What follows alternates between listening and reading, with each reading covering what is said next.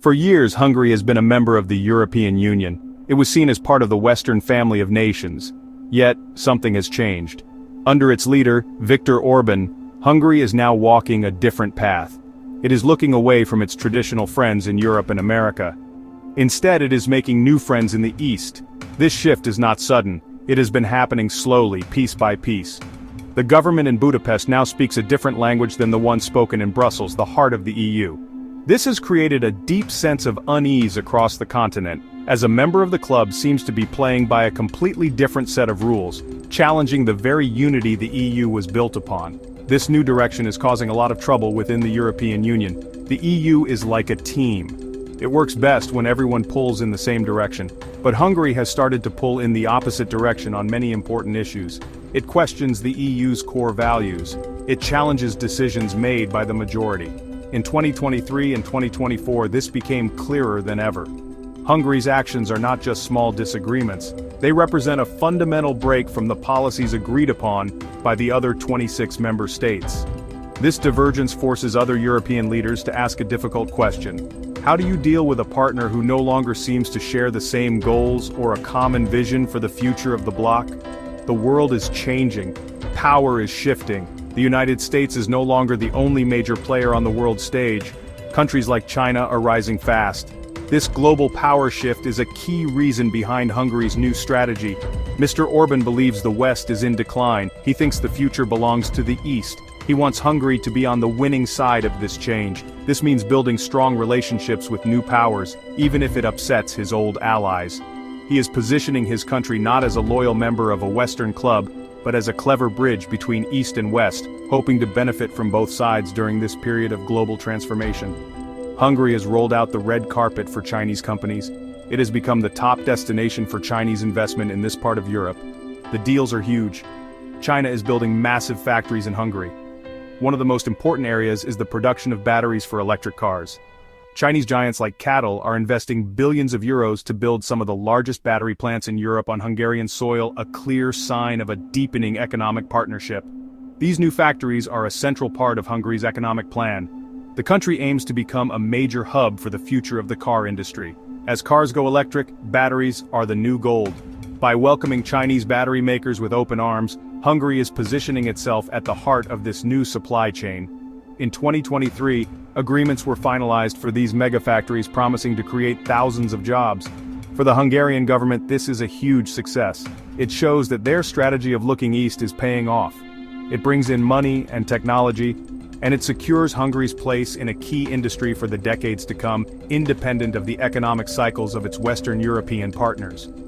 Beyond China, Hungary is also showing great interest in the BRICS group: Brazil, Russia, India, China, South Africa, along with several new members. It is seen as a rival to the Western-led world order. While Hungary is not a member, its leaders have spoken warmly about the group. They see BRICS as a collection of powerful countries that are shaping the future. By building ties with them, Hungary hopes to gain more options. It does not want to depend only on the EU and the United States. Since the start of the war in Ukraine in 2022, the European Union has tried to present a united front against Russia. The main tool has been economic sanctions. The goal is to punish Russia and weaken its ability to continue the war. This requires all 27 member countries to agree. However, one country has consistently stood in the way: Hungary. Time and time again, when the EU has proposed new sanctions, Hungary has threatened to block them. Mr. Orbán has argued that the sanctions hurt Europe more than they hurt Russia. He has called for the EU to lift the sanctions and seek peace, a position that puts him completely at odds with the rest of the bloc. Hungary's actions have had real consequences.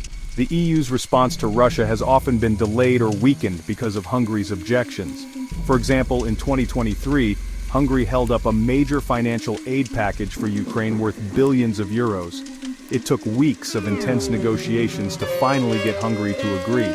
The same thing happened with sanctions targeting Russian energy sanctions targeting certain Russian officials. Hungary would often demand exceptions for itself or ask for certain names to be removed from the sanctions list. This constant haggling has frustrated other EU leaders and has given Moscow a public relations victory, showing that the EU is not as united as it claims to be. The reasons for Hungary's stance are complex. The country is heavily dependent on Russian oil and Russian gas. Its leaders argue that cutting off these supplies would destroy the Hungarian economy. This is a practical concern, but there is also a political dimension. Mr. Orbán has maintained a close relationship with Russian President Vladimir Putin for many years. He does not see Russia as the same kind of threat that countries like Poland or the Baltic states do. Instead, he sees an opportunity to act as a mediator, keeping lines of communication open with Moscow. This view is not shared by his EU partners, who see it as a betrayal of European solidarity at a time of crisis. This has made Hungary an outlier in Europe. While other countries are sending weapons to Ukraine and trying to isolate Russia, Hungary is calling for a different approach. Mr. Orbán has openly urged the EU to change its strategy. He has even used his power to block joint EU statements condemning Russia's actions. This has created a deep rift between Hungary and its neighbors. It has also raised questions about Hungary's loyalty to the Western alliance. By consistently challenging the EU's Russia policy, Hungary has positioned itself as Moscow's most reliable friend inside the European Union, a role that makes other members deeply uncomfortable and suspicious of its motives. Hungary's pivot to the east is fundamentally changing its place in Europe. It's no longer just another Central European country.